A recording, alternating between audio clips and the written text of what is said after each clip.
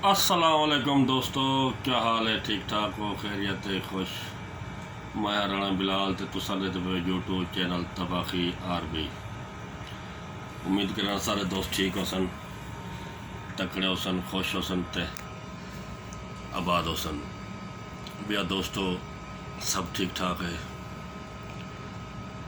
तुसां सारे चैनल को सब्सक्राइब करो, लाइक करो, शेयर करो, साड़ी वीडियो पूरी डिठी करो। थोड़ी जी होंगी 5-7 मिनट की वीडियो होंगी है, एक पूरा डिठा करो।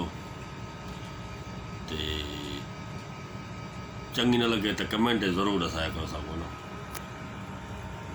भी आऊँ सब दोस्त ठीक ठाक हैं। अज तो आप एक दौड़ मैंने नवे नकोर बिल्कुल 9 मीटर दौड़े है ना। असां धूहेंदार मलंग हिस्से नहीं हिक जा यार कियाम किथई।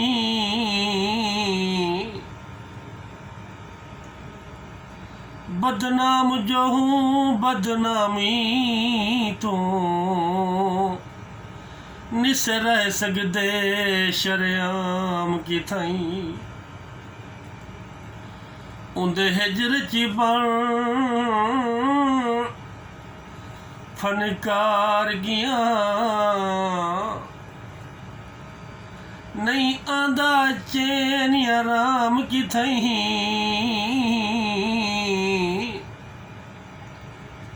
साडा पत्ता मोहसिन क्या पुछ दो कई शाम किथई, कई शाम किथई।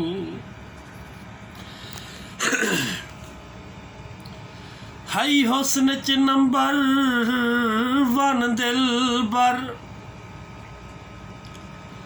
अते जान च पतला पन दिल बर। तेरी कंवल मूंझ मरेंदी है हुण वाला देस ते चंद दिल बर। होनी बस कर गुरबती थक पे हैं। हो थक पे हैं किसे होर दे दर ते गई कर।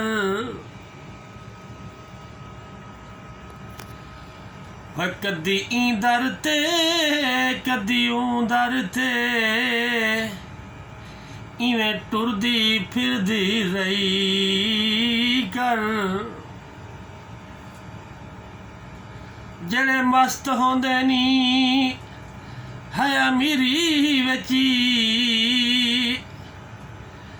कदी उन्हां दी खबर भी लई कर।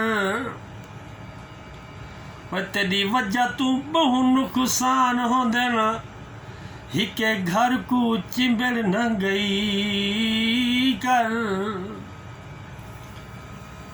अच्छा दोस्तों, सारी वीडियो अच्छी लगे, सारे डोढ़े माए अच्छे लगे तो इन्हें को शेयर करो सो, लाइक करो सो, सब्सक्राइब करो सो।